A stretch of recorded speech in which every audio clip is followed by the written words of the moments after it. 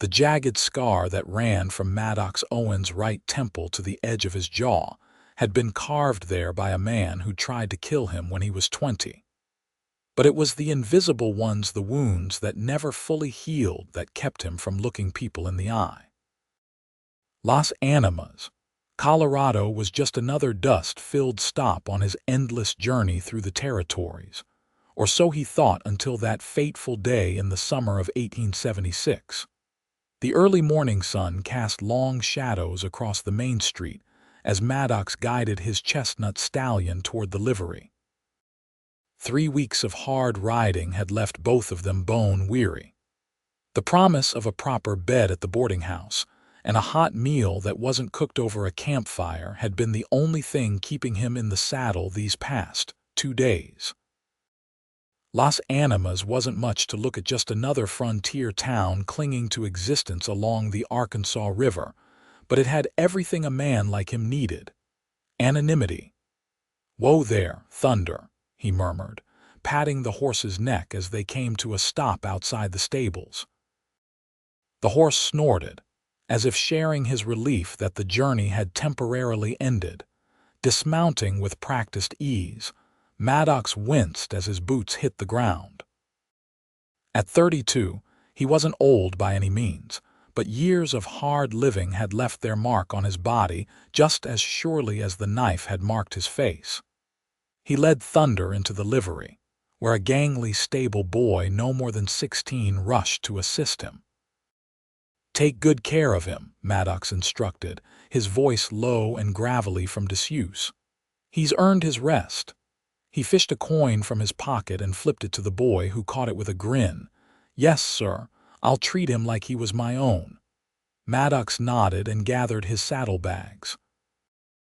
The weight of his Winchester rifle was comforting against his shoulder as he made his way toward the boarding house. The street was beginning to bustle with morning activity, shopkeepers opening their doors, women heading to market, and the occasional cowhand stumbling out of the saloon after a night of excess. Few met his gaze directly.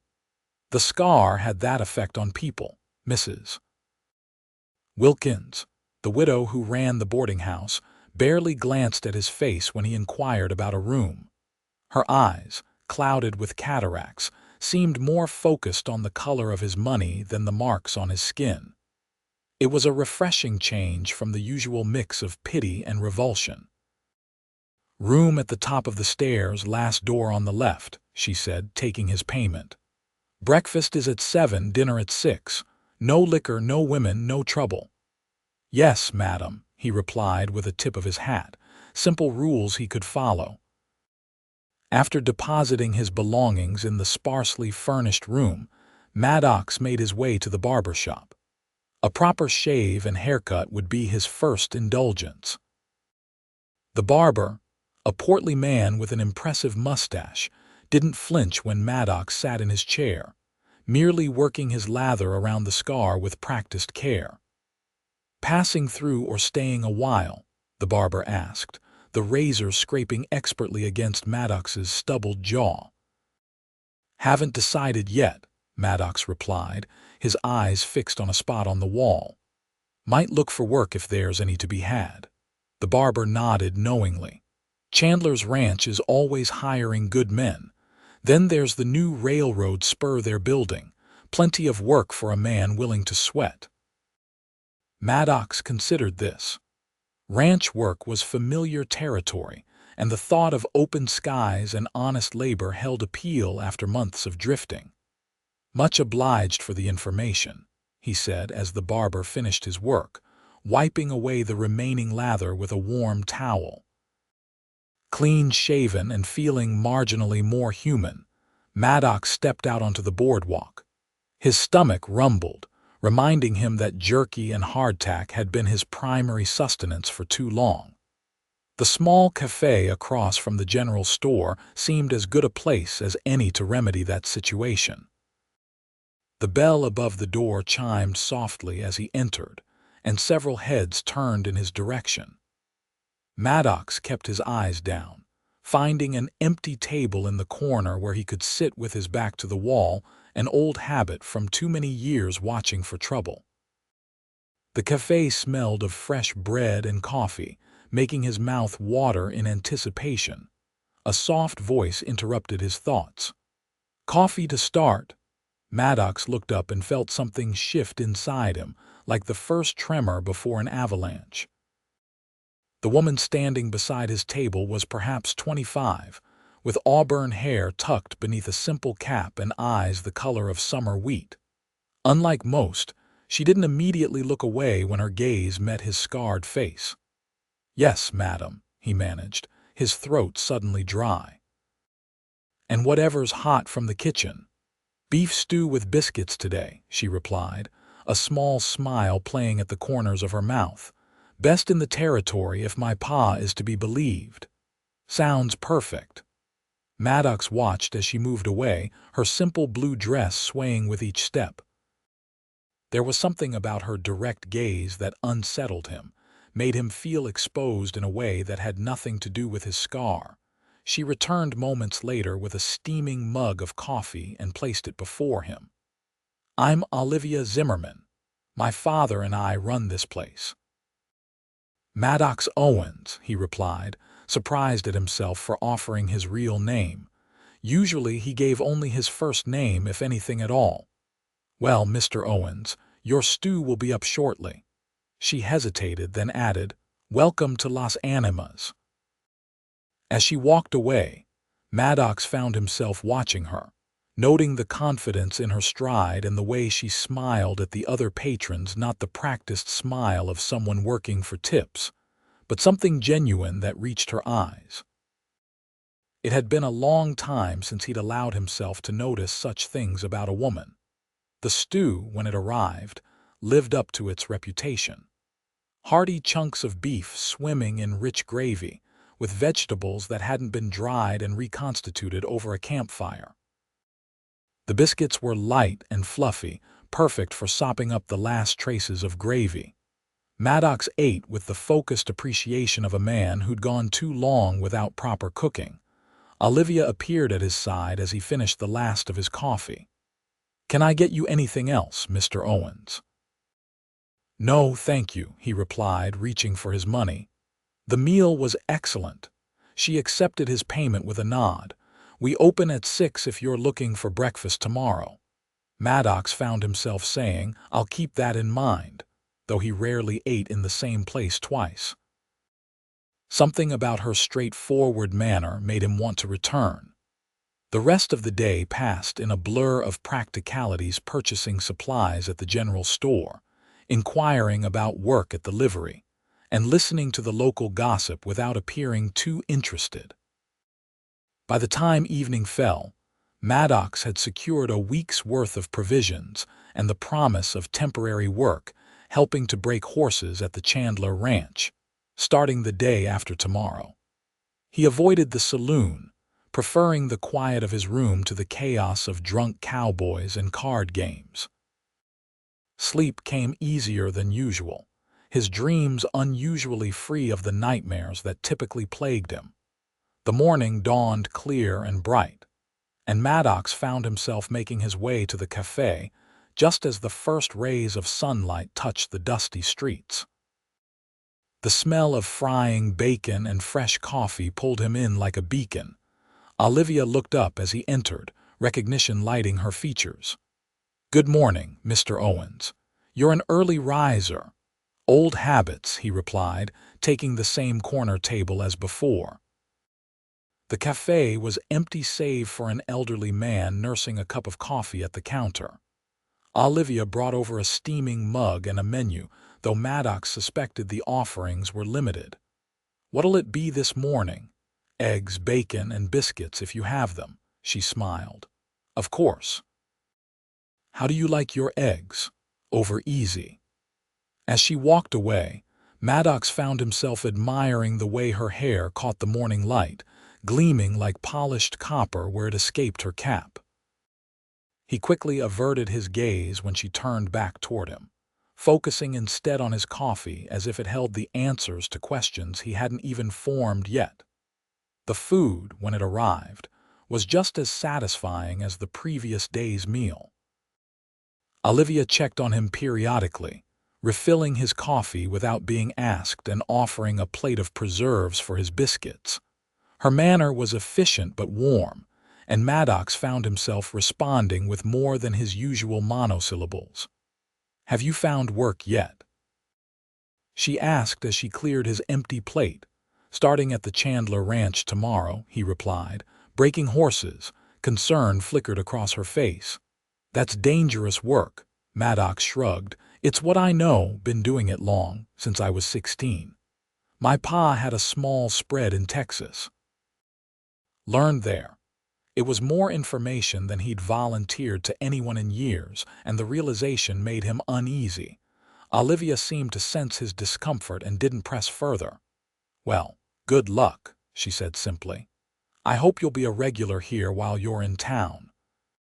"Thank you, Miss Zimmerman," he replied, leaving payment and a generous tip on the table. Outside, the town was coming to life, and Maddox decided to check on Thunder before exploring further. The livery was bustling with activity, and the stable boy from the previous day waved enthusiastically when he spotted Maddox. "Your horse is doing just fine, sir. Got him in the best stall we have." Maddox nodded his appreciation and made his way to Thunder's stall. The chestnut nickered softly at his approach, pushing his velvety nose against Maddox's chest in greeting.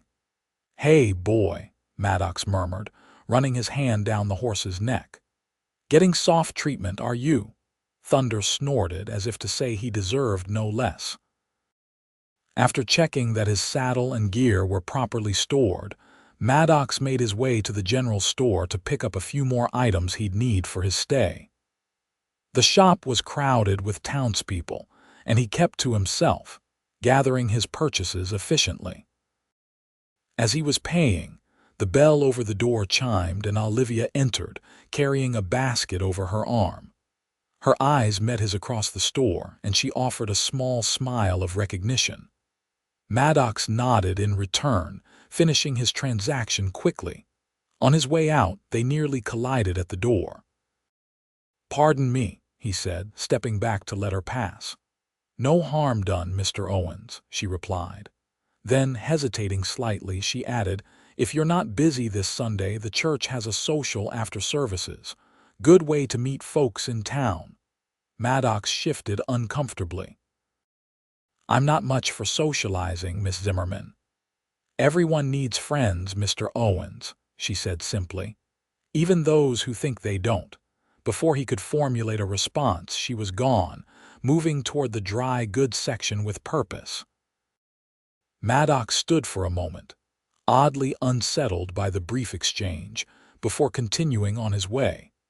The remainder of the day passed uneventfully, and the next morning saw Maddox riding Thunder out to the Chandler Ranch at first light. He'd taken breakfast at the cafe again, though Olivia had been busy with the morning rush, and their interaction had been limited to a quick greeting and a smile that stayed with him longer than it should have. The Chandler Ranch was impressive, several thousand acres of good grazing land with a substantial main house and bunkhouse. Silas Chandler, the owner, was a weathered man in his 50s with a firm handshake and evaluating eyes. "Heard you're good with horses," Chandler said, looking Maddox over. "We've got a string of Mustangs brought in last week that need breaking before we can use them on the drive next month." "I can handle that," Maddox assured him. "Pays $3 a day, plus meals if you want to bunk here, or you can ride back to town each night if you prefer." "I'll keep my room in town for now," Maddox replied, not yet ready to commit to the close quarters of a bunkhouse. Chandler nodded, seemingly unsurprised. "Let's see what you can do, then." The next few hours were a test of skill and patience as Maddox worked with a spirited bay gelding that had never known a saddle. The horse was strong-willed, but not mean, a good combination that Maddox could work with. By midday, he had the animal accepting a saddle without bucking. A solid first step in the braking process. Chandler watched from the corral fence, occasionally offering a grunt of approval. When Maddox finally led the horse back to its pen, the rancher gave a satisfied nod.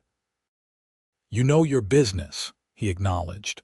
"Come back tomorrow and we'll see how you do with the rest of them." The ride back to Las Animas was dusty but satisfying. There was something about honest work that settled Maddox's restless spirit, if only temporarily. As he approached town, he found himself looking forward to a meal at the cafe, though he tried to convince himself it was the food, not the company, that drew him. The cafe was busy when he arrived, but Olivia spotted him immediately and pointed to an empty table near the window. Maddox made his way there, conscious of the dirt and sweat from his day's work. "Successful day?" Olivia asked as she brought him a glass of water and coffee without being asked. "Productive," he allowed, taking a long drink of the water. Mr. Chandler seemed satisfied. "He's a fair man," she replied. "Hard but fair. Works his men hard too, from what I hear. I don't mind hard work." "I didn't think you would," she said with that direct look that seemed to see right through him. "Beef roast today with potatoes and carrots. Sound good?" "Very," he replied, suddenly ravenous. As she walked away, Maddox found his eyes following her, noting the way she moved efficiently through the crowded space, exchanging words with other patrons but somehow making each one feel attended to. It was a gift, he thought, to make people feel seen without making them feel exposed. When his food arrived, Olivia placed the plate before him with a small flourish. "I gave you extra gravy," she said conspiratorially. "You look like you earned it today." The simple kindness caught him off guard. "Thank you," he managed, the words feeling inadequate. "You're welcome, Mr. Owens." She hesitated, then added, "You know, most folks call me Liv." It was an invitation of sorts, a small opening into something less formal. Maddox considered it for a moment before responding. "Most folks call me Maddox," he offered in return. "Or Mad, though that tends to give the wrong impression." Her laugh was unexpected and bright, like sunshine breaking through clouds. "I can see why," she said, her eyes crinkling at the corners. "You don't strike me as particularly mad." "Only occasionally," he replied, surprising himself with the hint of humor in his voice. "I'll keep that in mind," she said, still smiling as she moved to attend to another customer. The meal was excellent, the meat tender and flavorful after hours of slow cooking. Maddox ate with appreciation, occasionally glancing up to find Olivia moving through the cafe with graceful efficiency. Once, their eyes met across the room, and she offered a quick smile before continuing her work. When he finished eating, Maddox left payment on the table and made to leave. At the door, he heard Liv call after him. "Maddox breakfast tomorrow," he turned, finding her watching him expectantly. "I'll be here," he confirmed, tipping his hat before stepping out into the fading daylight. The following days fell into a pattern. Maddox would eat breakfast at the cafe before dawn, then ride out to the Chandler ranch to work with the Mustangs. The horses were challenging in different ways, some spirited, others stubborn, a few genuinely difficult, but Maddox approached each with the same patience and firm guidance. By the end of the week, Silas Chandler was impressed enough to offer him steady work. "Got a cattle drive to Dodge City next month," the rancher said as they watched one of the newly broken horses trotting around the corral. "Could use a man with your skills. Pays better than what you're getting now, and there's regular work here when we get back." It was a generous offer, more stability than Maddox had allowed himself in years. The sensible choice would be to accept immediately, but something held him back. "Can I think about it?" he asked. Chandler raised an eyebrow but nodded. "Let me know by next Friday. Drive leaves at the end of the month." Maddox nodded his thanks and mounted Thunder for the ride back to town. The setting sun cast long shadows across the prairie, the golden light turning the landscape into something almost magical. For the first time in longer than he could remember, Maddox found himself considering putting down roots, if only temporarily. The thought unsettled him. He'd been moving for so long that staying in one place felt almost dangerous, as if stillness would allow his past to catch up with him. Yet Las Animas had begun to feel comfortable in a way no place had since he'd left Texas all those years ago. And then there was Liv. Their interactions had grown from formal to friendly over the course of the week. She asked about his day, remembered how he took his coffee, and occasionally shared stories about the town and its inhabitants. It was nothing special, just the kind of casual friendship that most people took for granted, but to Maddox, who had kept everyone at arm's length for so long, it felt significant. The cafe was quiet when he arrived, the dinner rush having ended. Liv was wiping down tables, her father a tall man with the same wheat-colored eyes working behind the counter. She looked up as Maddox entered, her face brightening in a way that made his chest tighten strangely. "I was beginning to think you weren't coming," she said, gesturing to his usual table. "Had a good day, long but productive," he replied, settling into his chair. "Mr. Chandler offered me a spot on his cattle drive next month and regular work after." "That's wonderful," Liv exclaimed, genuine pleasure in her voice. "Are you going to take it?" Maddox shrugged. "Still thinking on it." She studied him for a moment. "What's there to think about? It's good work with a fair boss." "I don't usually stay in one place very long," he admitted. "And why is that?" she asked, her directness catching him off guard. Maddox looked away, uncomfortable with the question. "Just how it's been," he said finally. Liv seemed to sense his discomfort and changed the subject. "We're having chicken and dumplings tonight. Pa made it special." "Sounds good," he said, grateful for the reprieve. As she walked away, Maddox found himself wondering what it would be like to stay in Las Animas beyond the cattle drive, to have a place he returned to, people who expected him, perhaps even looked forward to seeing him. The thought was both appealing and terrifying. The meal was as delicious as promised, the dumplings light and fluffy in a rich broth with tender pieces of chicken. Maddox ate slowly, savoring each bite as the cafe emptied of its remaining patrons. Soon, he was the only customer left, and Liv's father began extinguishing the lamps at the front of the establishment. "No rush," Liv assured Maddox as she cleared nearby tables. "Pa just likes to let folks know we're closing soon." "I should get going anyway," Maddox said, pushing his empty plate away. "Early start tomorrow." Liv nodded, but instead of taking his plate, she sat down across from him, surprising him. "Listen, I know you're not one for socializing, but I'm heading to the lake tomorrow after church for a bit of fishing. It's my day off, and there's nothing better than fresh trout for Sunday supper."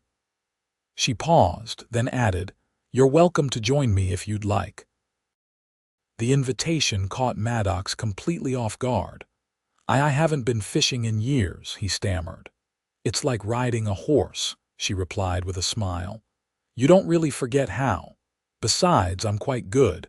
I can catch enough for both of us if you just want to enjoy the quiet."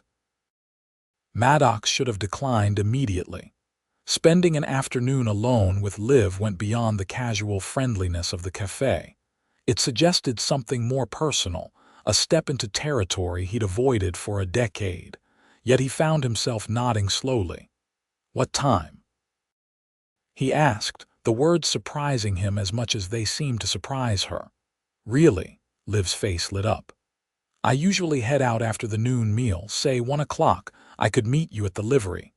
"I'll be there," Maddox promised, wondering what he was getting himself into. Liv's smile was radiant. "Wonderful. It's about an hour's ride, so wear a hat. The sun can be fierce this time of year." As Maddox made his way back to the boarding house, his mind was a whirl of conflicting thoughts. Part of him was already looking for a way to back out of the fishing expedition, to retreat to the safety of solitude. Another part he'd thought long buried was actually looking forward to an afternoon in Liv's company, away from the confines of the cafe. That night, sleep was elusive. Maddox lay awake, staring at the ceiling of his small room, memories he usually kept at bay creeping in at the edges of his consciousness.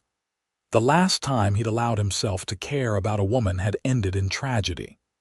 Sarah had been sweet and gentle, too good for the rough life of a ranch hand. She hadn't cared about the scar, had even touched it tenderly when they were alone. But her family had other plans for her, and when the banker's son had come calling with promises of security and respectability, Maddox had been forgotten. The pain of her rejection had driven him from his hometown, setting him on the path of a drifter. Better to keep moving, he'd decided, than to risk putting down roots only to have them torn up. Yet here he was, contemplating not just a fishing trip with a woman who intrigued him, but also a job offer that would keep him in Las Animas for the foreseeable future. It was terrifying, this sudden yearning for something more permanent. Morning came too quickly, the first light of dawn filtering through the thin curtains of his room. Maddox rose and dressed, deciding to skip breakfast at the cafe. Seeing Liv before their afternoon outing felt suddenly complicated. Instead, he took care of a few errands around town, checked on Thunder, and tried not to think too much about what the day might bring. By the time 1 o'clock approached, Maddox had changed his mind about the fishing trip at least a dozen times. In the end, it was the thought of disappointing Liv that drew him to the livery at the appointed hour. She was already waiting, dressed in a simple riding skirt and blouse, her auburn hair braided and tucked under a wide-brimmed hat. A fishing pole and small basket were secured to her horse, a gentle-looking mare with a white blaze down its nose. "You came," she said, sounding genuinely pleased. "I wasn't sure you would." "Said I would," Maddox replied, though they both knew it had been a near thing. Thunder was already saddled, the stable boy having anticipated Maddox's needs. Maddox swung into the saddle with practiced ease, nodding to Liv to lead the way. They rode in companionable silence for a time, the town falling away behind them as they followed a well-worn trail through rolling prairie. The day was warm but not oppressive, a gentle breeze carrying the scent of summer grass and wildflowers. "How long have you lived in Las Animas?" Maddox asked eventually, partly out of genuine curiosity and partly to break the silence that was beginning to feel charged with unspoken thoughts.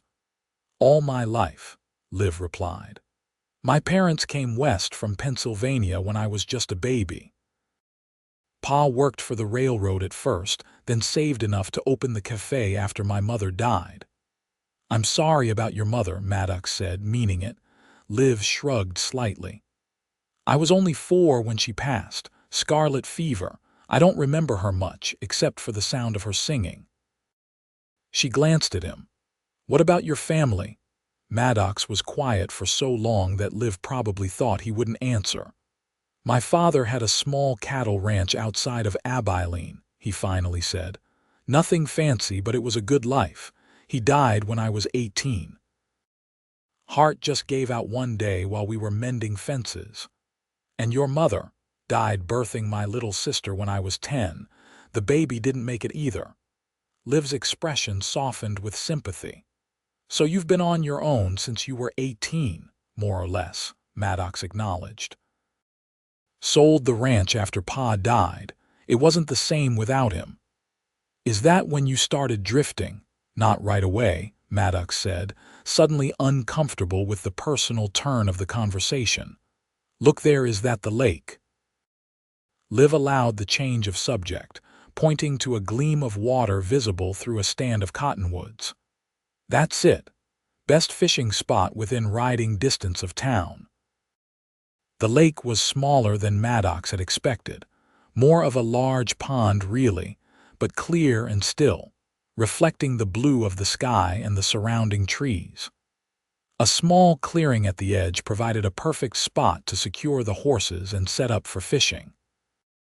Liv dismounted with surprising grace, tethering her mare to a low branch before retrieving her fishing pole and basket. Maddox followed suit, watching as she expertly assembled her gear.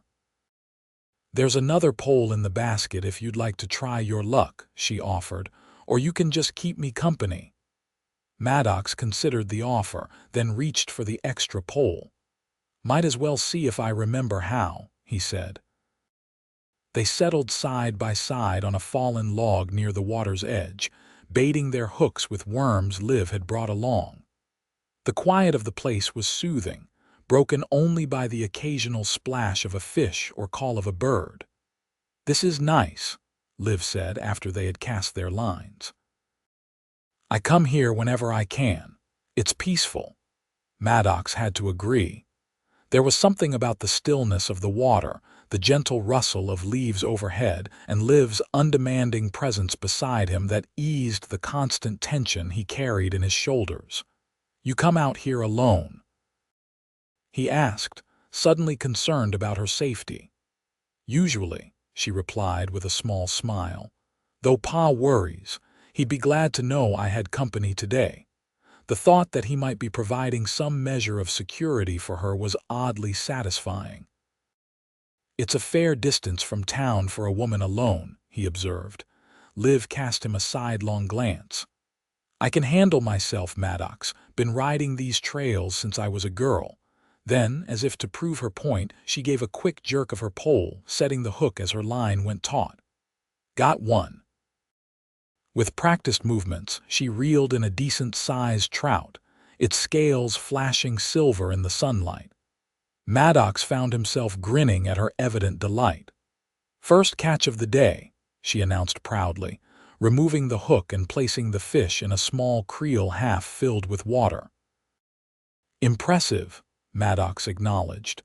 "Guess I'd better catch up." The afternoon passed in a pleasant rhythm of conversation and comfortable silences. By the time the sun began its descent toward the western horizon, they had caught 4 good-sized trout between them, 3 by Liv and 1 by Maddox, who claimed rusty skills as his excuse. "Enough for a feast," Liv declared as she began packing up their gear. "Pa will be pleased." Maddox helped her secure everything to the horses, conscious of the ease that had developed between them over the course of the afternoon. It had been a long time since he'd felt so comfortable in someone's company. "Thank you for inviting me," he said as they prepared to mount up for the ride back. Liv smiled up at him, her face golden in the late afternoon light. "Thank you for coming. It's nice to have company sometimes." There was a moment brief, but charged, where they stood close enough that Maddox could see the flecks of amber in her wheat-colored eyes. The urge to reach out and touch her cheek was so strong that he had to clench his fist at his side to resist it. The ride back to Las Animas was filled with a different kind of silence, one heavy with things unsaid. As they reached the outskirts of town, Liv turned to him. "Would you like to join us for supper? Pa's an excellent cook, and these fish will be perfect." The invitation was tempting, but Maddox hesitated. The afternoon had already pushed the boundaries of his carefully constructed solitude. "I don't want to impose," he said, the excuse sounding weak even to his own ears. "It's not an imposition," Liv assured him.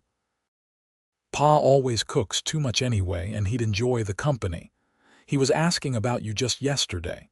Surprised, Maddox asked, "About me?" "Why?" Liv's cheeks colored slightly. "He notices when someone comes to the cafe regularly, especially when his daughter seems to enjoy talking with that someone." The implication hung between them, neither acknowledging it directly. Finally, Maddox nodded. "All right. Supper sounds good." The cafe was closed on Sundays, but Liv led him around to the back entrance that connected to the small house where she and her father lived. The dwelling was modest but well-maintained, with a small garden visible through the back window and comfortable furnishings that spoke of care rather than luxury. George Zimmerman proved to be as welcoming as his daughter, greeting Maddox with a firm handshake and genuine interest. If he noticed the scar, he gave no indication, treating Maddox with the easy hospitality of a man used to making strangers feel welcome. "Liv tells me you've taken work at the Chandler place," he said as they cleaned the fish at the kitchen sink. "Silas is a good man to work for." "Seems that way," Maddox agreed, expertly filleting a trout. "Offered me a spot on his cattle drive next month." "You planning to take it?" George asked, his tone casual but his eyes shrewd. "Thinking on it," Maddox replied, the same answer he'd given Liv. George nodded thoughtfully. Las Animas could use more good men willing to put down roots. Towns growing fast with the railroad coming through. The conversation moved on to other topics as they prepared the meal together. Liv moved around the kitchen with the same efficiency she showed at the cafe, and Maddox found himself enjoying the domestic scene more than he would have thought possible. The meal itself was excellent, the trout fried to perfection, accompanied by potatoes and fresh greens from the garden. The conversation flowed easily, George sharing stories of Las Animas in its earlier days and Liv occasionally adding details or corrections. Maddox found himself laughing more than once, a sound so foreign to his ears that it almost startled him. As the evening drew to a close, George excused himself, citing an early morning ahead. "You young folks can clean up," he said with a wink at his daughter. "Least Maddox can do after eating my cooking." When they were alone, a slight awkwardness descended. Maddox helped Liv clear the table, their hands occasionally brushing as they worked side by side at the sink. "Your father's a good man," Maddox observed, breaking the silence. "He is," Liv agreed with obvious affection. "Raised me on his own after Ma died. Worked twice as hard so I could have a good life." She glanced at him. "He likes you, you know, says you have honest eyes." Maddox wasn't sure how to respond to that. It had been a long time since anyone had looked past his scar to see the man beneath. "He barely knows me," he said finally. "Pa's a good judge of character," Liv replied simply. "Has to be in the restaurant business." As they finished the dishes, Maddox knew he should leave but found himself reluctant to end the evening. Liv seemed to share his hesitation, lingering by the door as he prepared to depart. "Thank you for today," he said, meaning it more deeply than the simple words conveyed. "For the fishing and for supper." "You're welcome," she replied, looking up at him with those clear, direct eyes that seemed to see right through his carefully constructed defenses. "I enjoyed it too." There was that moment again, the same charged silence that had fallen between them at the lake. This time, it was Liv who moved, reaching up slowly, telegraphing her intention so clearly that Maddox could have stepped back if he'd wanted to. He didn't want to. Her fingers were cool against his cheek as she touched the ragged line of his scar, tracing it gently from his temple down to his jaw. No one had touched him there since Sarah, and even she had done so with a hint of pity in her eyes. There was no pity in Liv's gaze, only curiosity and something warmer that made Maddox's heart race. "How did you get it?" she asked softly, her fingers still resting lightly against his skin. Maddox swallowed hard, fighting the urge to pull away, to retreat behind the walls he'd built so carefully. "Bar fight," he said, the lie automatic. "Long time ago." Liv's eyes narrowed slightly, and he knew she didn't believe him. Still, she didn't press, letting her hand fall back to her side. "Whatever happened, it's part of you now, nothing to hide." The simple acceptance in her words hit him like a physical blow. Maddox found himself struggling to maintain his composure, emotions he'd buried for years threatening to surface. "I should go," he said roughly, taking a step back. "Thank you again for today." Liv nodded, a hint of disappointment in her eyes, but she didn't try to stop him. "Good night, Maddox." The walk back to the boarding house was a blur, Maddox's mind racing with conflicting thoughts. The feel of Liv's fingers against his scar lingered like a brand, awakening sensations and desires he'd thought long dead. It was both exhilarating and terrifying. Back in his room, Maddox sat on the edge of the bed, his head in his hands. He'd come to Las Animas looking for nothing more than temporary work and a place to rest before moving on. Now, he found himself contemplating not just accepting Chandler's job offer, but also exploring whatever this thing with Liv might become. The thought should have sent him packing immediately. His life as a drifter was simple, uncomplicated by attachments or expectations. Yet for the first time in years, the prospect of riding away held no appeal. Instead, he found himself thinking of Liv's smile, the way her eyes lit up when she talked about things she cared about, the gentle touch of her fingers against his scarred cheek. Sleep eluded him that night, his dreams a confused jumble of past and present Sarah's rejection blending with Liv's acceptance, the pain of old wounds overlaid with the possibility of healing. Morning brought no clarity, but Maddox found himself riding to the Chandler ranch with a sense of purpose. Before beginning his work with the horses, he sought out Silas Chandler. "About that job offer," he said without preamble. "I'd like to accept if it's still open." Chandler's eyebrows rose slightly in surprise, but he nodded with satisfaction.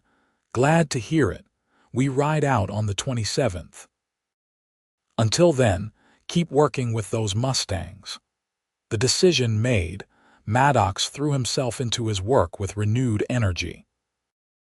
The cattle drive would take him away from Las Animas for several weeks, but for the first time in a decade, he found himself looking forward to returning to a place, rather than simply moving on to the next town.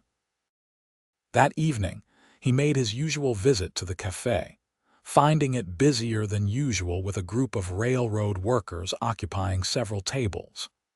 Liv spotted him as he entered, gesturing to his usual corner table which she had somehow kept open despite the crowd. "Busy night," he observed as she brought his coffee. "Railroad paydays always are," she replied with a tired smile. "How was your day?" "Productive," Maddox said.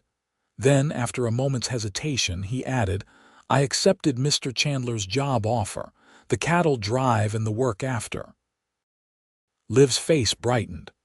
"You're staying in Las Animas, for a while at least," he confirmed, warmed by her obvious pleasure at the news. "I'm glad," she said simply. Then, glancing around at the crowded cafe, she added, "I should get back to work. The usual for dinner, please." As she moved away to attend to other customers, Maddox found himself watching her, noting the grace with which she navigated the crowded space, the way she had a kind word for everyone. There was something special about Olivia Zimmerman, something that made him want to be a better man than the drifter he'd become. The meal was as good as always, though Liv had little time to talk amidst the busy service. Still, she managed to stop by his table occasionally, refilling his coffee and sharing a brief smile or comment. It was enough, Maddox found, just to be in her orbit, to be one of the people she cared for, even if only as a regular customer. As he was finishing his meal, George Zimmerman emerged from the kitchen, spotting Maddox and making his way over. "Hear you're staying on at Chandler's," the older man said, taking the seat across from him. "Good decision." "Word travels fast," Maddox observed dryly. George chuckled. "Small town. Not much stays secret for long." He studied Maddox for a moment, his expression turning more serious. "My Liv seems to have taken a shine to you." Maddox tensed, uncertain where the conversation was heading. "Mr. Zimmerman, George, please," the older man interrupted, "and relax. I'm not here to warn you off or anything like that. Just wanted to say that Liv's a good judge of character like her old man. If she sees something worth knowing in you, well, there must be something there." Unsure how to respond, Maddox remained silent. George continued, "She's had her share of admirers over the years. Good men, most of them, never seemed interested in any of them." He gave Maddox a significant look. "Until now." "Sir, I haven't." "We're not," Maddox stammered, feeling heat rise in his face. George waved away his protests with a knowing smile. "Just an observation. What happens next is between you two." He rose from the table. "But if you do decide to court my daughter properly, you'll have no objections from me." With that, he returned to the kitchen, leaving Maddox speechless. The following days fell into a rhythm, with Maddox spending his days at the Chandler Ranch and his evenings at the cafe. His interactions with Liv grew more comfortable, their conversations extending beyond the casual exchanges of server and customer. Sometimes, when the cafe was quiet, she would sit with him for a few minutes, sharing stories of the town and its inhabitants, or asking about his day. They didn't speak of the moment when she had touched his scar, but it hung between them, a silent acknowledgement that something had shifted in their relationship. Maddox found himself looking forward to these brief conversations more than anything else in his day, storing away her smiles and laughs like a miser hoarding gold. A week passed, then another. The cattle drive was approaching, and Maddox knew he would be away from Las Animas for at least a month. The thought of not seeing Liv for that long was more unsettling than he cared to admit. On the Sunday before his departure, Liv invited him fishing again. This time, Maddox accepted without hesitation, eager for the chance to spend time with her away from the cafe. The day was perfect, clear skies and a gentle breeze keeping the heat at bay. They rowed to the same lake, setting up their fishing spot with the easy coordination of people growing accustomed to each other's rhythms. "I'll miss this while you're gone," Liv said as they sat side by side, lines cast into the still water. "It's only for a month," Maddox replied, though the time stretched before him like an eternity. "Still," she said, glancing at him, "it's been nice having you around." The simple admission warmed him in a way that had nothing to do with the summer sun. "It's been nice being around," he said, surprising himself with his honesty. They fished in comfortable silence for a time, catching enough for another meal though neither seemed particularly focused on the task. As the afternoon waned, they packed up their gear and prepared for the ride back. Before mounting up, Liv turned to him, her expression suddenly serious. "Maddox, before you go on the cattle drive, there's something I want to know." He tensed, suspecting what was coming. "What's that?" "The truth about your scar," she said simply. "I know it wasn't a bar fight." Maddox looked away, his jaw tightening.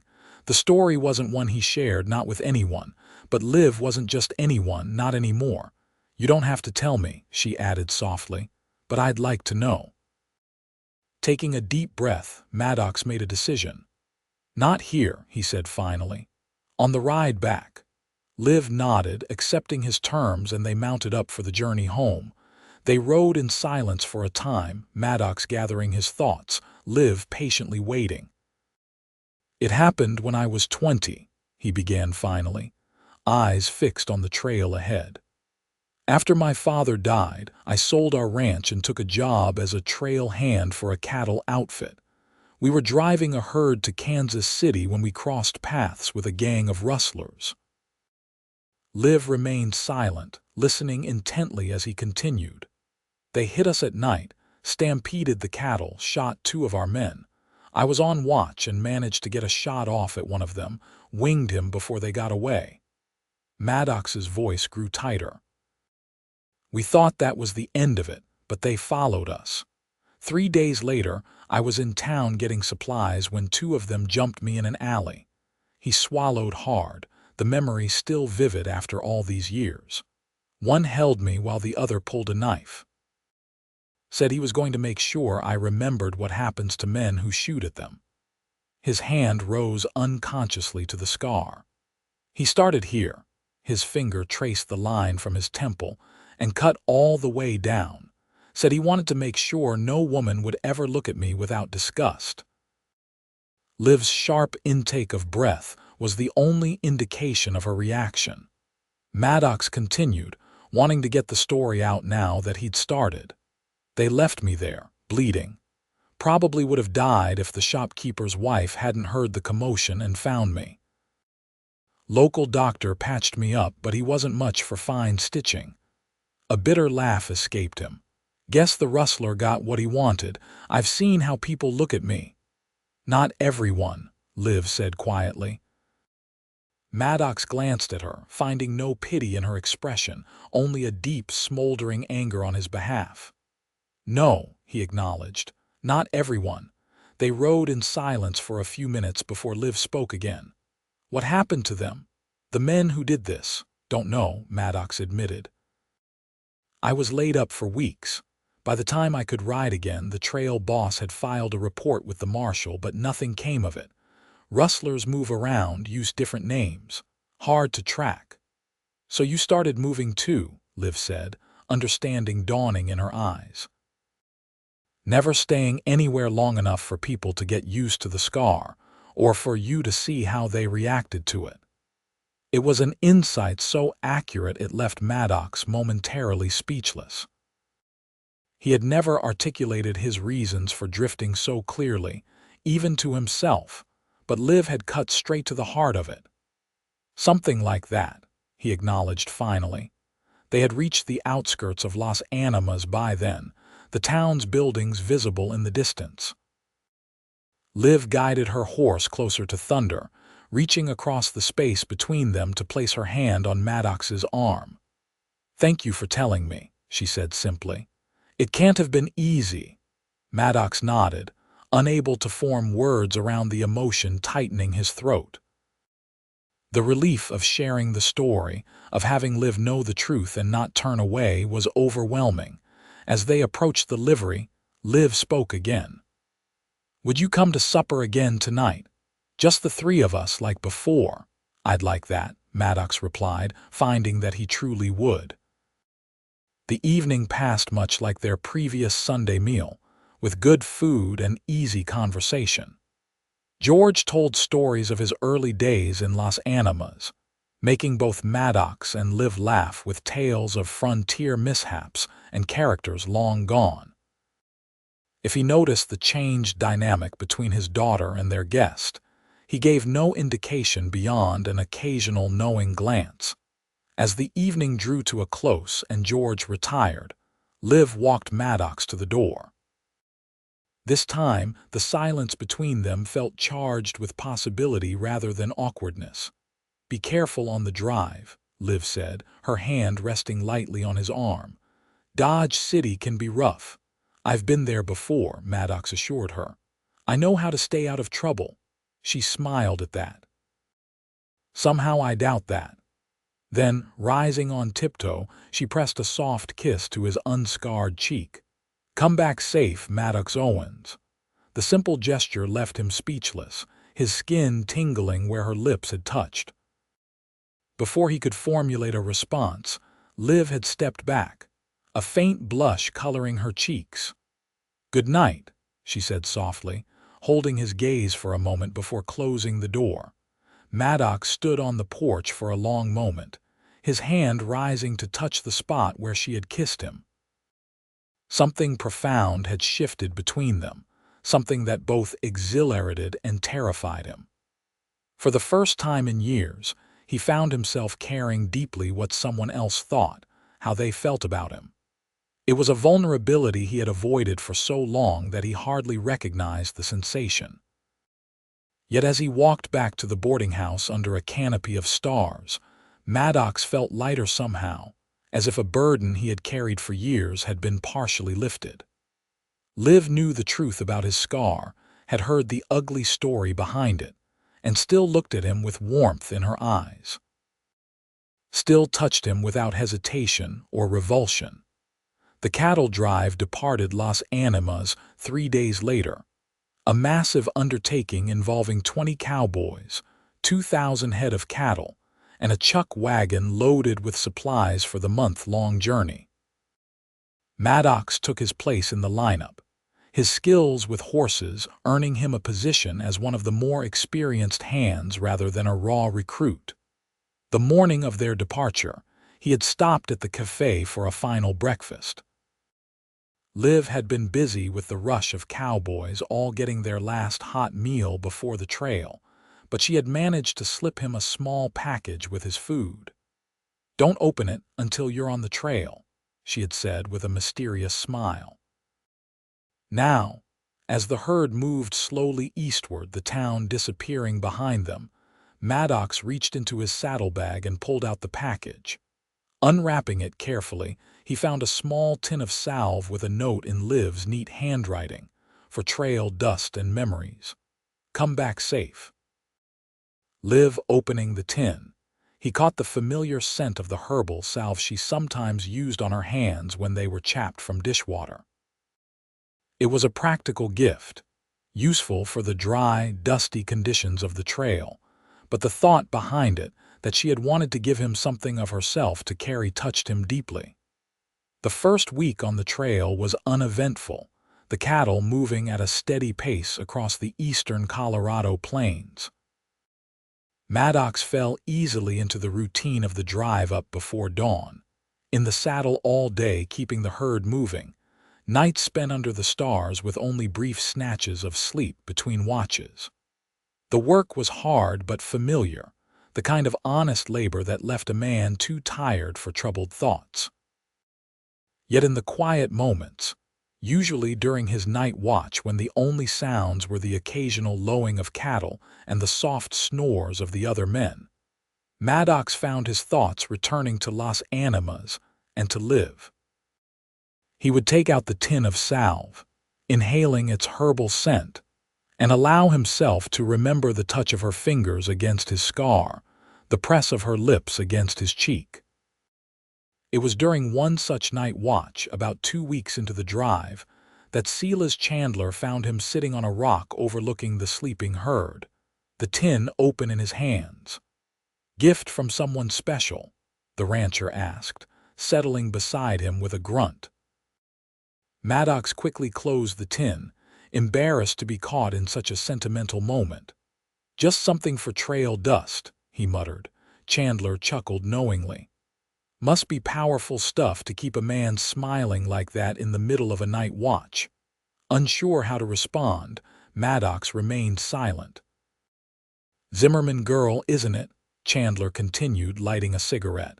"George's daughter." Maddox looked at him in surprise. "How did you, small town?" Chandler replied with a shrug. "Besides, I've seen the way she looks at you when you're not watching. And the way you look at her when you think no one's looking." Heat rose in Maddox's face, and he was grateful for the darkness that hid his discomfort. "It's not we're just friends," he said, the words sounding hollow even to his own ears. Chandler snorted. "If you say so." He took a long drag on his cigarette, the ember glowing red in the darkness. "Known George Zimmerman for 15 years. Good man, fair businessman. Raised that girl right after her ma passed." "Yes, sir," Maddox agreed, wondering where the conversation was heading. "She's not one to give her affections lightly," Chandler continued. "Neither was her mother, from what George tells it.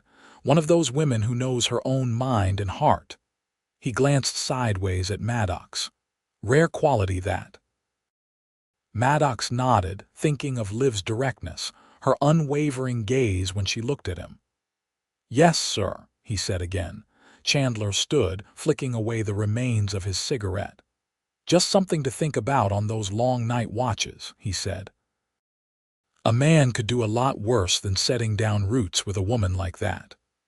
With that, he walked away, leaving Maddox with thoughts even more tangled than before. It was one thing to acknowledge his growing feelings for Liv to himself, quite another to realize that others had noticed that what was developing between them was visible enough to prompt this kind of conversation from his employer. The remainder of the drive passed without major incident, though a storm 3 days out from Dodge City scattered part of the herd, requiring an exhausting roundup that left everyone muddy and irritable. They arrived in Dodge City a week later than planned, the cattle thin but healthy, ready for sale to the eastern buyers who had already gathered for the season. Dodge City lived up to its reputation, a rough and tumble frontier town where the rule of law existed primarily on paper. While Chandler conducted his business, selling the herd for a good profit, the Cowboys were given 2 days of freedom before beginning the journey back to Las Animas. Most headed straight for the saloons and brothels, eager to spend their pay on liquor and female companionship after a month on the trail. Maddox joined them for drinks at the Long Branch Saloon, but declined invitations to visit the brothel. The women there, with their painted faces and practiced smiles, held no appeal for him. Instead, he found a general store and used some of his pay to purchase a small gift, a silk handkerchief embroidered with wildflowers that reminded him of the prairie around Las Animas. It was a simple thing, but he thought Liv might appreciate it. The return journey was quicker without cattle to drive, the men pushing their horses at a good pace, eager to get home. Home. The word had crept into Maddox's thoughts without him noticing. Las Animas, somehow transforming from just another stop to a place he was genuinely looking forward to seeing again.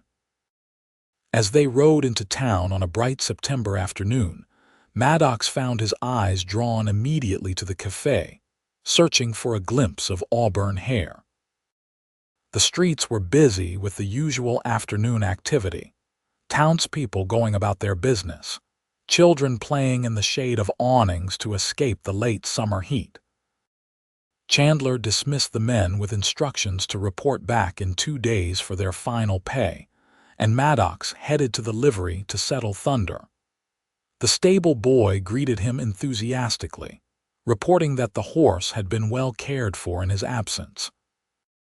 After securing accommodations at the boarding house, his old room had been kept available on Chandler's instructions. Maddox cleaned up as best he could, changing into his spare shirt and brushing the worst of the trail dust from his clothes. The small package containing Liv's handkerchief was tucked safely in his pocket as he made his way to the cafe.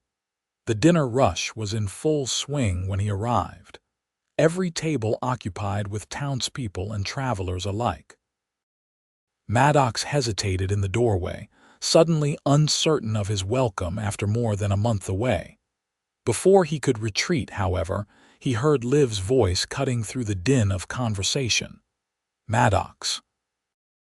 She was across the room, a serving tray balanced expertly on one hand, but her eyes were fixed on him with an expression of such genuine pleasure that it made his chest tighten.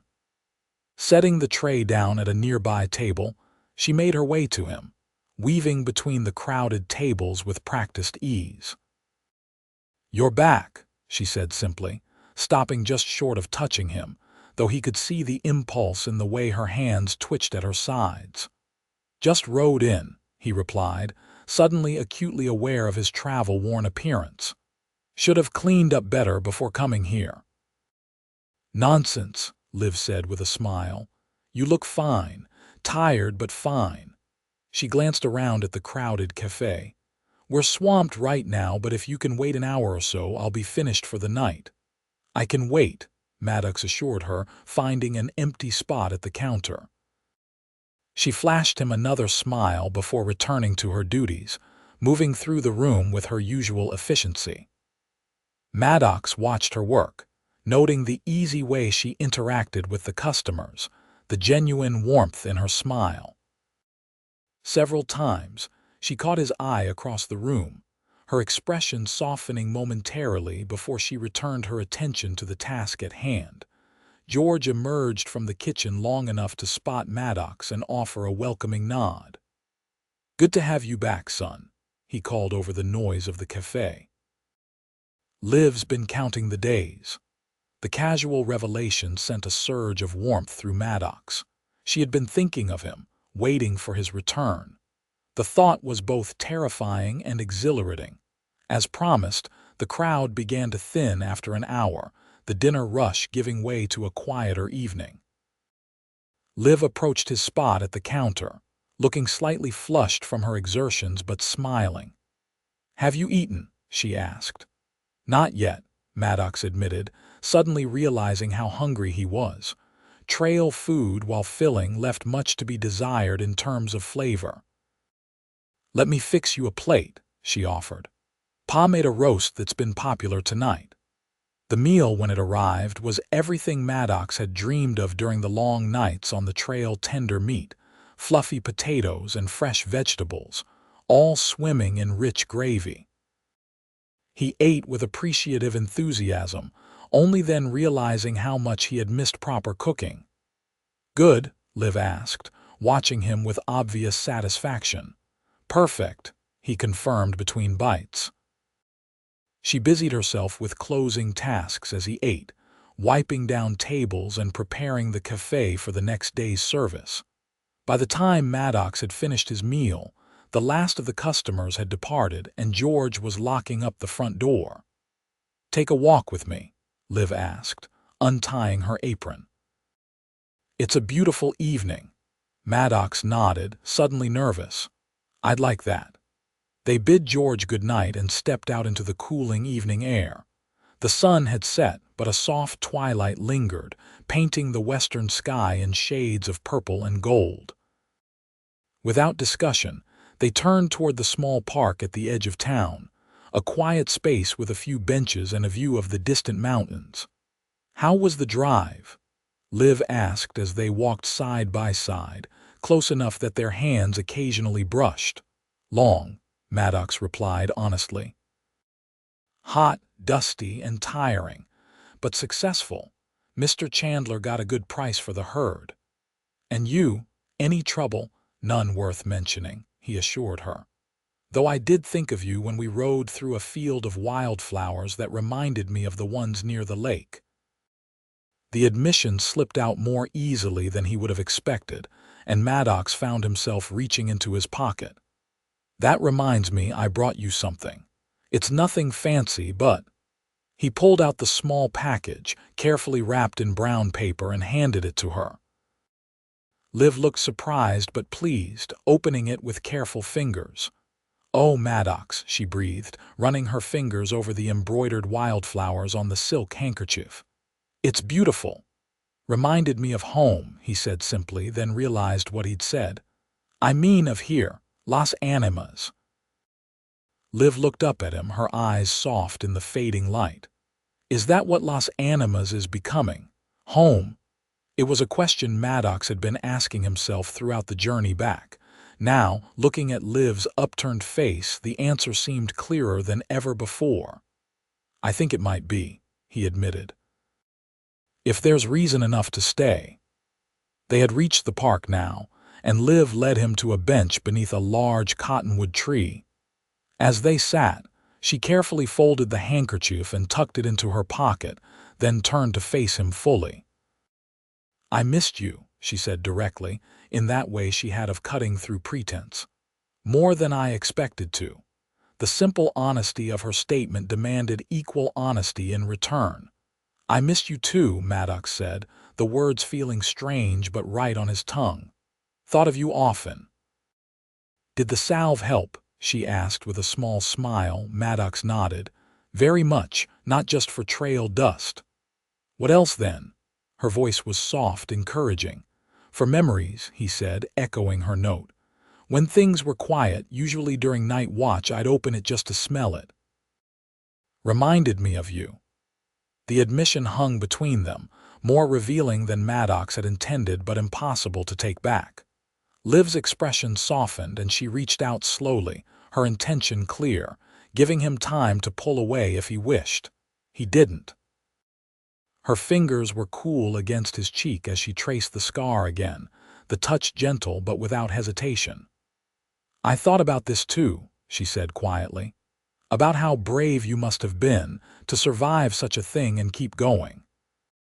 Maddox swallowed hard, fighting the urge to turn away from her touch, from the intensity of her gaze. "Not brave," he said roughly. "Just didn't know what else to do." "That's often what bravery is," Liv replied, continuing on when there seems to be no other choice. Her hand remained against his cheek, and Maddox found himself leaning into the touch, craving the connection it represented. Slowly, giving her every opportunity to withdraw, he raised his own hand to cover hers, holding it against his face. "Liv," he said, her name a question and a plea rolled into one. She understood, shifting closer on the bench until their knees touched. "Yes," she said simply, answering the unspoken question in his eyes.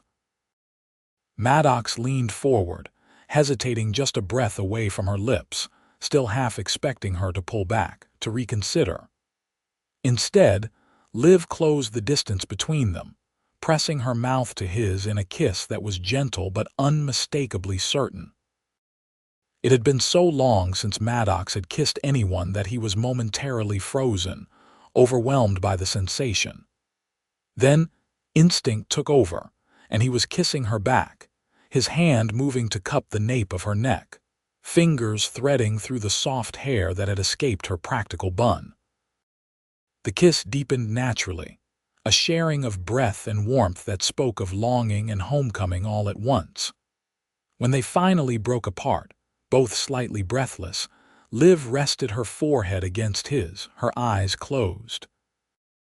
"I've been wanting to do that since you first walked into the cafe," she admitted with a small laugh.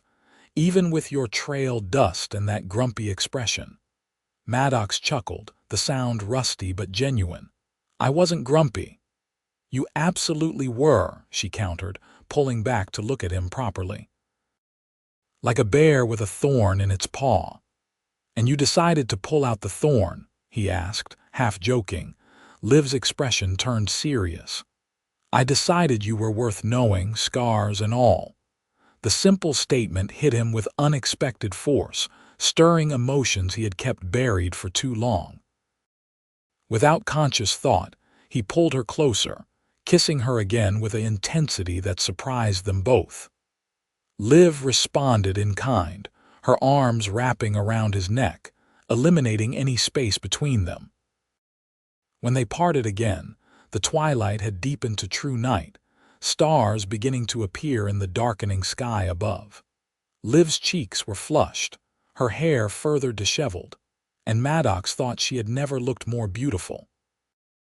"I should get you home," he said reluctantly, aware of propriety even in his current state of distraction. "Your father will be wondering." Liv smiled, smoothing her hair back into some semblance of order. "Pa's not one to worry. He trusts me to make my own choices." She gave Maddox a significant look. "And he approves of you, you know." "He hardly knows me," Maddox protested, echoing his words from weeks ago. "He knows enough," Liv replied simply. "So do I."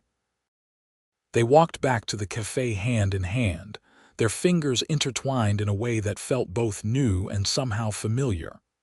At the door to the small house behind the cafe, they paused, reluctant to end the evening. "Have dinner with us tomorrow?" Liv asked. "A proper welcome home." The word home resonated deeply, and Maddox nodded. "I'd like that." She rose on tiptoe to kiss him once more, a brief but tender touch.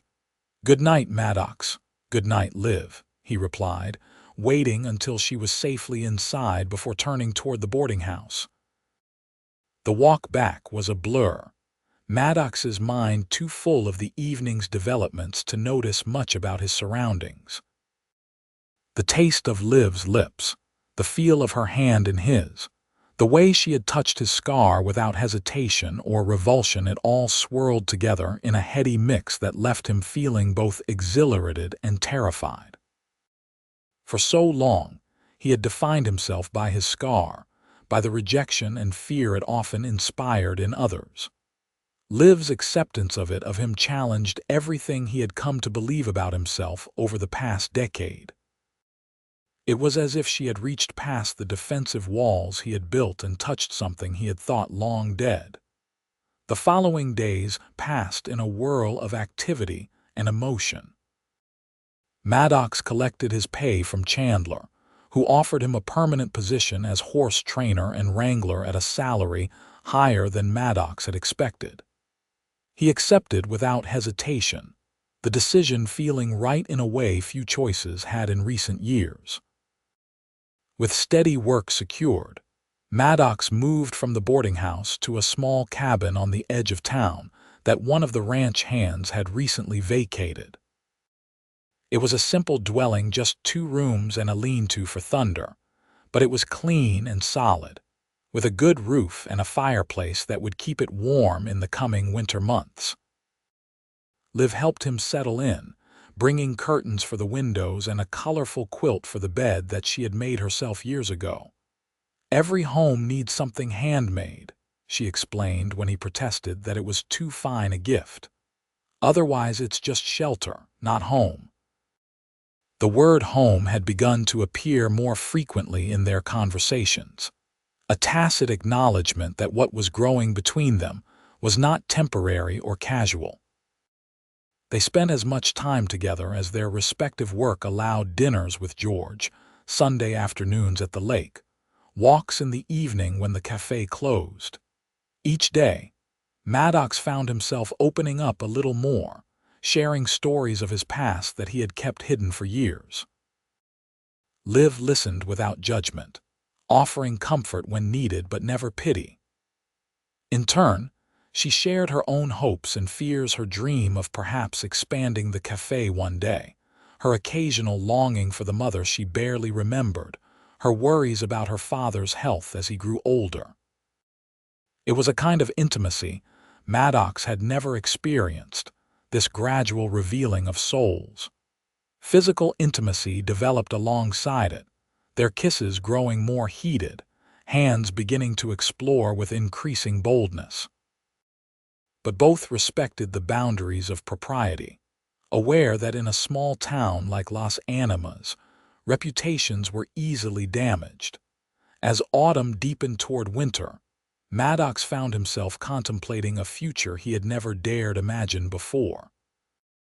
The thought of waking up next to Liv each morning, of building a life together in this town that had unexpectedly become home, filled him with a quiet joy that was all the more powerful for its newness. It was George who finally pushed things forward, cornering Maddox one evening as he helped clean up after closing. Liv had stepped out to deliver a meal to an elderly neighbor, leaving the 2 men alone in the kitchen. "So," the older man said without preamble, "what are your intentions toward my daughter?" Maddox nearly dropped the plate he was drying. "Sir," George fixed him with a steady gaze, "you've been courting Liv for nearly 3 months now. Town's starting to talk, though nothing bad, mind you. Just wondering when you're going to make an honest woman of her."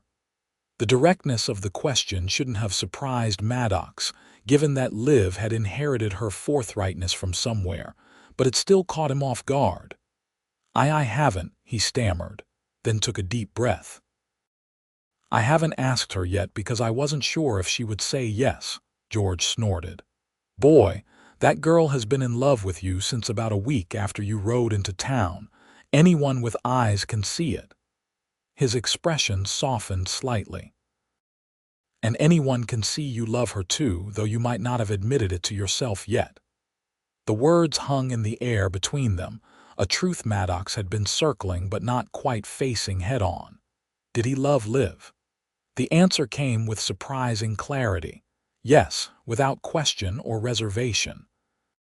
He loved her kindness, her strength, her directness. Loved the way she saw him, really saw him beyond the scar that had defined him for so long. "Yes, sir," Maddox said finally. "I do love her, and if she'll have me, I'd like to marry her." George nodded, satisfied. Then I suggest you stop wasting time and ask her." He reached into his pocket and pulled out a small object, pressing it into Maddox's hand. This was her mother's. Elizabeth would have wanted Liv to have it. Maddox opened his hand to find a simple gold band with a small pearl set in the center, elegant in its simplicity, much like Liv herself. "I can't accept this," he protested, though his fingers closed around the ring reflexively. "You can and you will," George said firmly. "I've no use for it, and Liv's mother would be pleased to know it's going to the woman our daughter has become." He clasped Maddox's shoulder. "You're a good man, Maddox Owens. The scar on your face doesn't change that, and Liv has always been able to see past it to the heart of things." Maddox swallowed hard, emotions threatening to overwhelm him. "Thank you, sir. I'll try to be worthy of her." "See that you do," George replied, though his tone was gentle. "Now I suggest you find a moment soon to ask her properly. Winter's coming, and a Christmas wedding would be something for the town to celebrate." When Liv returned, she found the two men talking amicably about the upcoming cattle auction. The moment of intensity passed, but not forgotten. Maddox slipped the ring into his pocket, his mind already turning over possibilities for the proposal. The opportunity presented itself sooner than he expected. The following Sunday dawned clear and unseasonably warm for late November, and Liv suggested they take advantage of the weather for one last fishing trip to the lake before winter set in fully. They rode out after church, the prairie golden with autumn grasses under a cloudless sky. Maddox had the ring tucked safely in his pocket, his heart racing with anticipation and nervousness. By the time they reached the lake, he had rehearsed what he wanted to say a dozen times in his head, each iteration seeming less adequate than the last. The lake was peaceful, the water reflecting the deep blue of the sky. They set up their fishing spot in the usual place, though Maddox suspected neither of them was particularly focused on catching anything today. "You're quiet," Liv observed after they had been sitting in silence for some time. "Something on your mind?" It was the opening he needed. Maddox set aside his fishing pole and turned to face her fully. "Yes," he admitted, "something important." Liv's expression grew curious, then understanding as Maddox reached for her hand. "Maddox." "Liv," he began, his voice rough with emotion. "Before I met you, I was just drifting, never staying anywhere long enough to be known. The scar," he touched it briefly with his free hand. "It became who I was, not just a mark on my skin, but a reason to keep everyone at a distance." He took a deep breath, encouraged by the warmth in her eyes. "Then I walked into your cafe, and you really looked at me without flinching. And later, when you touched my scar without fear or disgust, something broke open inside me that I thought was dead." Liv's eyes had grown suspiciously bright, but she remained silent, letting him continue. "I love you, Olivia Zimmerman," Maddox said, the words surprisingly easy now that he had begun. "I love your kindness, your strength, your honesty. I love that you saw past the scar to the man beneath. I love that you helped me find home when I didn't think I deserved one." With slightly trembling fingers, he withdrew the ring from his pocket. "This was your mother's. Your father gave it to me with his blessing." He held it out to her, a simple offering of his heart. "If you'll have me, I want to spend the rest of my life trying to be worthy of you.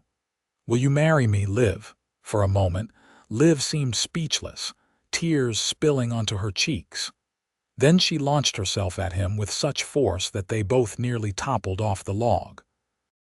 Her arms wound tightly around his neck as she pressed fervent kisses to his face, his forehead, his cheeks, both the scarred and unscarred, and finally his lips. "Yes," she said against his mouth. "Yes, yes, 1,000 times yes." Laughing with relief and joy, Maddox slipped the ring onto her finger. It fit perfectly, as if it had been made for her. "I love you," he said again, the words becoming easier each time.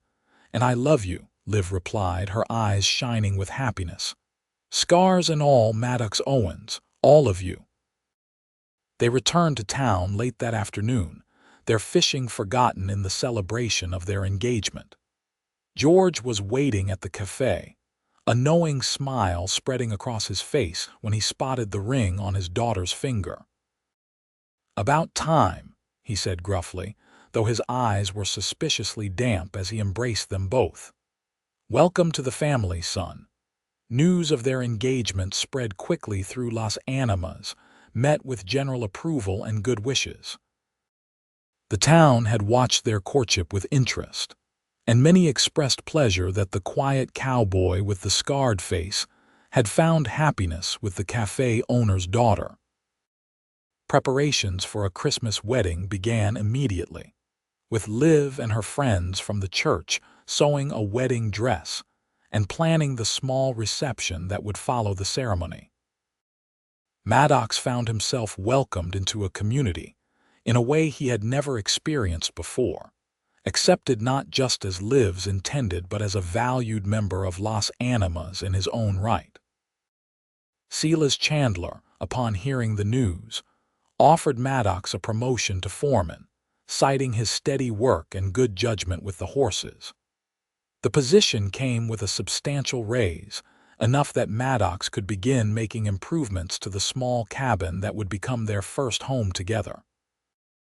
As December arrived, bringing with it the first snows of winter, Maddox found himself happier than he had ever believed possible. Each morning, he woke with a sense of purpose and anticipation. Each evening, he returned to town eager to see Liv, to share the events of his day and hear about hers. The scar that had defined him for so long became just another part of his face, no more significant than his eyes or nose. Liv touched it often, tracing its path with gentle fingers, sometimes pressing soft kisses along its length, until Maddox forgot it had ever been a source of shame. Their wedding day dawned clear and cold, the December sun casting a golden glow over the snow-covered streets of Las Animas. The small church was decorated with evergreen boughs and red ribbons, packed to capacity with townsfolk and ranch hands alike. Maddox stood at the altar, more nervous than he had ever been breaking wild horses, tugging uncomfortably at the collar of his new suit. Beside him, Silas Chandler, serving as best man, offered quiet reassurance. When the church doors opened and Liv appeared on her father's arm, Maddox felt his breath catch in his throat. She was radiant in a simple white dress with lace at the collar and cuffs, her auburn hair arranged in soft curls beneath a veil that did nothing to hide the love shining in her eyes as she looked at him. The ceremony itself passed in a blur, Maddox aware only of Liv's hand in his, the warmth of her smile, and the certainty in her voice as she spoke her vows. When the minister pronounced them man and wife, and Maddox lifted her veil to kiss her, the cheers from the congregation seemed distant compared to the significance of the moment between them. "Mrs. Owens," he whispered against her lips, the name a benediction. "Mr. Owens," she replied with a smile that outshone the winter sun. Finally, the reception at the cafe was a joyous affair, with food prepared by George and his friends from the church, music provided by a local fiddler, and enough goodwill to warm the coldest December night. Maddox found himself accepting congratulations from people who, just months ago, would have avoided meeting his gaze directly. Now they clapped him on the back, offered advice on married life, and welcomed him fully into the community. As the evening drew to a close, Maddox and Liv slipped away to the cabin that was now their home. He had spent the past weeks preparing it for her arrival, adding curtains to the windows, building shelves for her books, constructing a proper bathtub in the lean-to that he had transformed into a washroom. It wasn't grand, but it was theirs, a beginning they would build on together. At the threshold, Maddox surprised Liv by sweeping her into his arms, carrying her across the doorway as tradition dictated. She laughed in delight, her arms winding around his neck. "Welcome home, Mrs. Owens," he said as he set her down carefully. Liv looked around the cabin, taking in the changes he had made, the small touches that showed how much thought he had put into making it a home for them both. Her eyes filled with tears of happiness. "It's perfect," she said, turning to him. "All of it, you." Later, as they lay together in the quiet darkness of their wedding night, the intimacy they had been building toward for months finally fully expressed. Maddox held his wife close, marveling at the journey that had brought him to this moment. "What are you thinking?" Liv asked softly, her head pillowed on his chest. "That I'm the luckiest man alive," he replied honestly. "That I rode into Las Animas expecting nothing and found everything." She raised herself on one elbow to look down at him, her fingers tracing the familiar path of his scar in the dim light. "We found each other," she corrected gently. "And that's a blessing I'll be thankful for every day of our lives together." As Maddox pulled her down for another kiss, he silently echoed the sentiment. The scar that had once marked him as an outcast had led him, indirectly but inevitably, to this woman, this love, this home. It had shaped his path, but it no longer defined his future. That future bright with promise and possibility he would shape with Liv, one day at a time, for all the days they had been granted together. In the years that followed, Las Animas grew and prospered, and so did the Owens family. Their first child, a son they named George after his grandfather, arrived just over a year after their wedding, a healthy, robust baby with his mother's wheat-colored eyes and his father's determined jaw. He was followed 2 years later by twin girls, Elizabeth and Sarah, who kept the household in constant motion with their curious minds and adventurous spirits. Maddox continued to work for the Chandler Ranch, eventually purchasing a small parcel of adjacent land, where he began breeding and training horses of his own, a side business that quickly gained reputation throughout the territory. Liv balanced motherhood with continued involvement in the cafe, taking over more responsibility as George grew older and his health began to falter. Together, they built a life filled with the kind of steady happiness that comes from shared purpose and deep love. There were challenges, of course, harsh winters, dry summers that threatened the grazing land, illnesses and setbacks that tested their resilience. But they faced each challenge together, drawing strength from the bond that had been forged that summer day when Liv had touched Maddox's scarred cheek without fear, seeing beyond the mark to the man beneath. And if the children sometimes asked about the jagged line that ran down their father's face, Maddox would smile and tell them it was a reminder that even the deepest wounds could heal, given enough time and the right kind of love. It was a lesson he had learned in the most unexpected way, in a dusty frontier town called Las Animas, where a woman's touch had changed everything.